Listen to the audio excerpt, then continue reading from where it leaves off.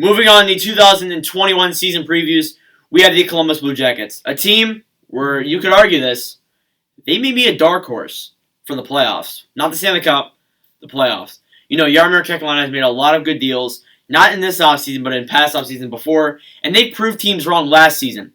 Can they carry some of that over to this season? Let's get into what can happen for the Columbus Blue Jackets in the 2020-21 season from my perspective. First off, if you're a Columbus Blue Jackets fan, welcome to the channel. It means a lot to have you here. And if you haven't already, please go subscribe in the link description below. That'll mean a heck of a lot for me, trying to get to 700 subscribers by June of 2021. It would mean a lot. We're really just trying to get by, trying to really grind on this content. We're on the 9th team out of 31 teams that I have to do season previews for. And yeah, we're doing pretty good in progression-wise. So, and, maybe someday I can make it to 1,000, 2,000, and so on and so forth. And someday, maybe, make money. That's kind of a kid's dream, but, it's definitely possible. So, one subscriber could really help me out with that. Also, if you haven't already, please go check out the links in the description below, which includes my Twitter, my Instagram, my Discord, and my TikTok. Yes, I do TikTok.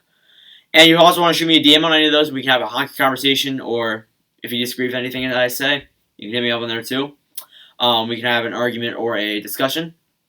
Be down to have one of those. So yeah. Anyways, let's get into what happened last season with the Columbus Blue Jackets. Last season, the Columbus Blue Jackets, you look at these statistics, they actually had a pretty good season compared to what happened in the Metro Division and how competitive that division is. They played 70 games in a shortened season, had 33 wins, 22 losses, and 15 overtimes for 81 points. That's looking pretty good. 81 points, get to the 14th in the NHL. That isn't horrible. In all honesty, if you were at 81 points, that's not guaranteed the actual playoff spot, but it does give you recognition for it. They did have recognition. That Metro Division was so incredibly tight that the top 5 teams would make the playoffs.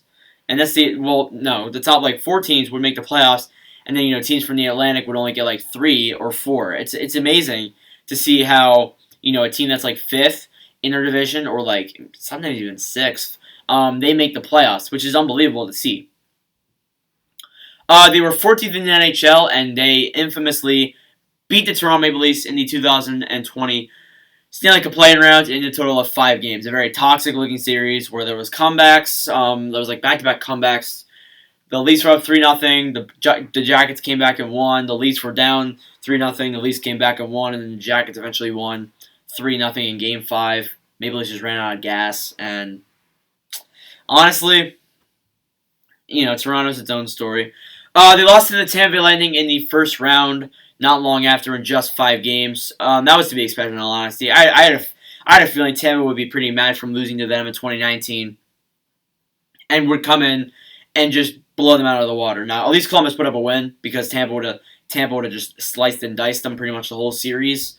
But, it's still good that they got the win out of that at least. And, you look at this team, they still have a pretty bright future, although they did lose some players. But these players that they lost for a reason. So the key departures for the Columbus Blue Jackets, there's a total of 4 players here, and they really aren't too huge of deals. Well, it really depends on how they impact on the teams that they're on currently.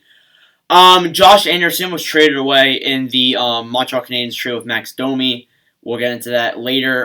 Josh Anderson, I think, was injured for a lot of time. He really wasn't a good fit in Columbus. I think he will do much better in Montreal. Alexander Wenberg, I'm not exactly too sure where he is right now. He may still be a free agent. I don't know. I have to really look that up in all honesty, but I think he went to free agency. Marcus Nudavara, who was traded to the Florida Panthers for cap space issues to sign some free agent, and they got boxed out of that area. And then they also traded away Ryan Murray, which may affect them in some aspects because he is a pretty good top pairing defenseman. But I think for the most part they are fine with losing all those players. Honestly, I think that the assets that they got back maybe weren't the ones that they wanted, but they definitely help in a way. And really, in all honesty, the reason why they didn't get that many people was because they kind of got boxed out on everything else. They got boxed out on Taylor Hall. They still can get Hoffman, but they kind of got boxed out on him as well. They got boxed out on other players too, like the goaltenders. Well, not the goaltenders, but other offensive, defensive guys. So they really did lose quite a bit when you look at it. I mean, they really did lose quite a bit, not in the player side, but like in the potential free agent side. So, take that what you will. Anyways, let's get into who they actually got from the 2020 offseason. So the key arrivals for the Columbus Blue Jackets really only are, when you look at it, two players. Now, they are two very valuable players who will help out this team in many different areas. Max Domi, the big one. Max Domi is a very solid center coming from the Montreal Canadiens in the Josh Anderson trade, which, looking back on it, I think both teams may have won that trade. It depends on how Josh Anderson impacts Montreal and depends on how Domi impacts Columbus. But I think looking at it right now, I think both teams won that trade, in all honesty.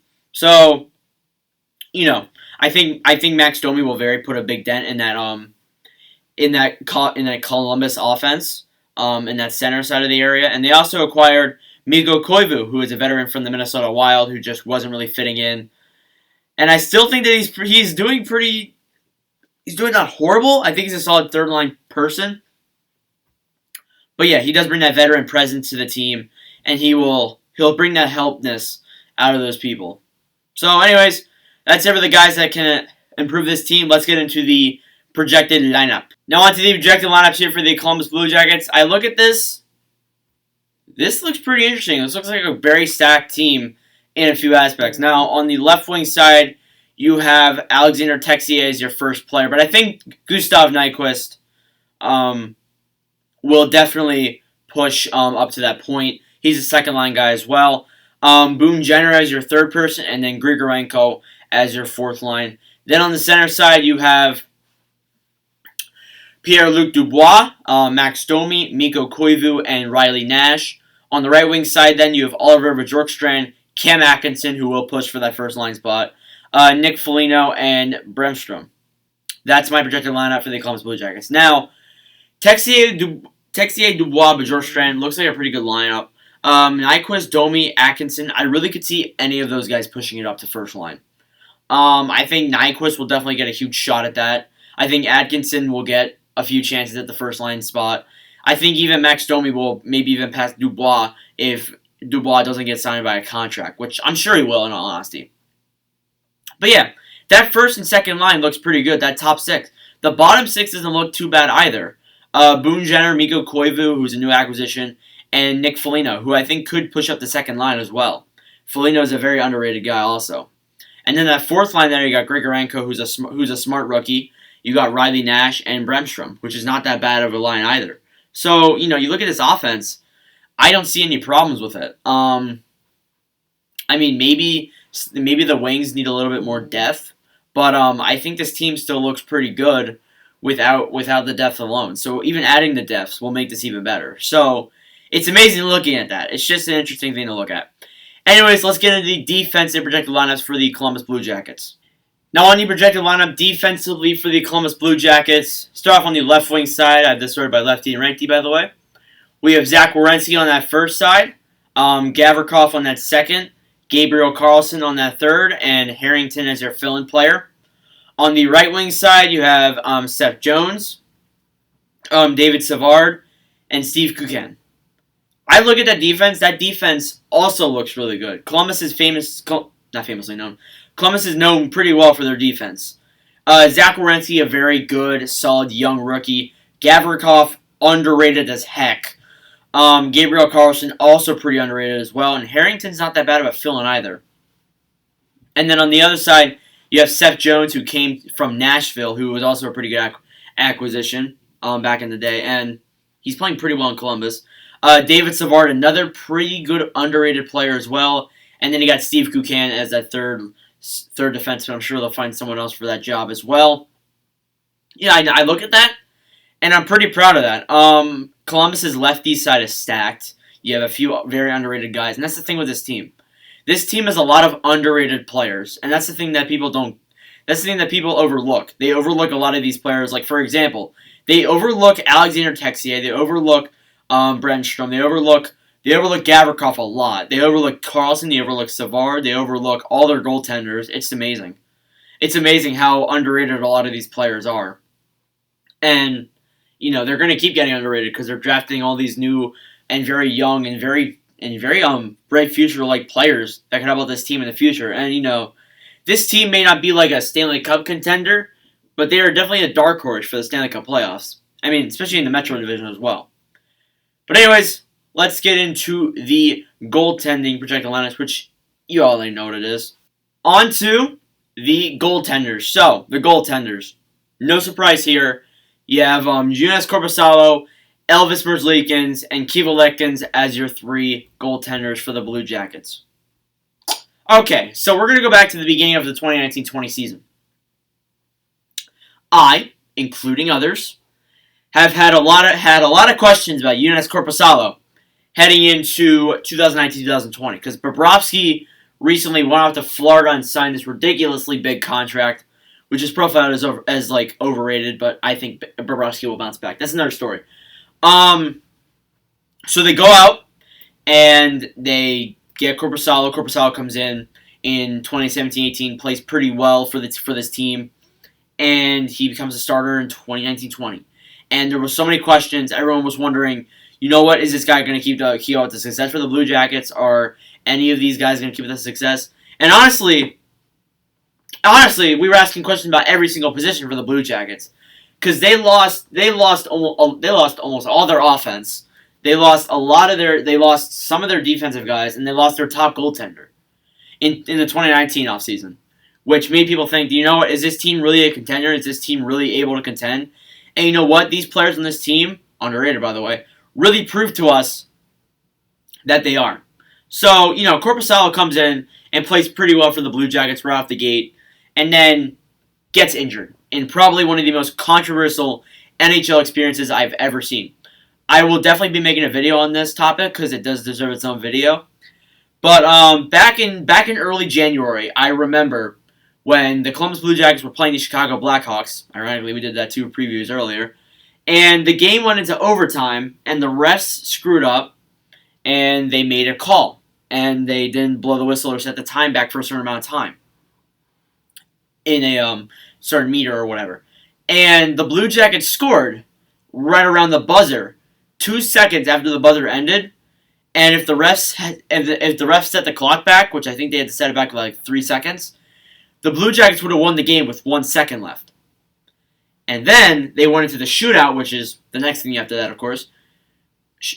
Columbus loses their goaltender. Their starting goaltender, Korpisalo, and they lose the game. And Tortorella came out, ranted. I think he got fined like $25,000 or something close to that. And I mean, it's not the first time we've seen that happen, but he's right to be mad. Like, that's ridiculous. That's ridiculous reffing there. And we talk about how ridiculous the refs are in the NHL sometimes, and some of the dumb calls that they make. And yeah, that's a huge example of that. And that's one not many people know about. So yeah, Elvis Merzlikins comes up to be the starter for the amount of time that Korpisalo is injured, and there's really a lot of questions because up until that point, Merzlikins hasn't won a single game with the Blue Jackets. Every game Merzlikins has played, he lost. Korpisalo gets injured. Merzlikins comes out and just straight up just plows through every single team that he played against. And it's amazing how the Blue Jackets were looking like, oh no, this is bad because their goaltender was out. It might have even been the better move that their goaltender was out because they just started plowing through teams. And then you have Kiva Letkins come in as your backup goaltender for a little bit there. He gets a shutout in his first game, which created one of my favorite photos in NHL history. But anyways, and that's amazing. You look at these 3 goaltenders. First off, they're pretty underrated, and secondly, they're gonna put damage on whatever team faces them. We know Elvis Merzlikins had 85 saves against the Tampa Bay Lightning in round 1 of the playoffs. In game 1 when they went into that ridiculous 5 overtime stint. It's amazing. So that's the goaltending thing I have for you. It's very exciting when I talk about the Columbus Blue Jackets goaltenders. And I can't wait to make a video on that specific game because that game was pretty fun to watch. And now we move on to the playoff prediction. Do I think the Columbus Blue Jackets will make the 2021 Stanley Cup playoffs? Honestly, yes, I think they will. I think they'll be up there. If they're in the division with Carolina and those teams, I think, honestly, they will make the playoffs. It's going to be probably Tampa, Carolina, Columbus, and then everyone else. That's how I rank it so far. So that's really in honesty how I see it. And you see this team with a lot of underrated players, a lot of good players as well. I'm excited for what they're going to do this season. So let me know your thoughts in the comments below. Thank you all for watching. If you enjoyed, please go make sure to like, hit the subscribe button. We are trying to get to 700 subscribers by June of 2021. Thank you all for watching, and I will see you guys in the next video.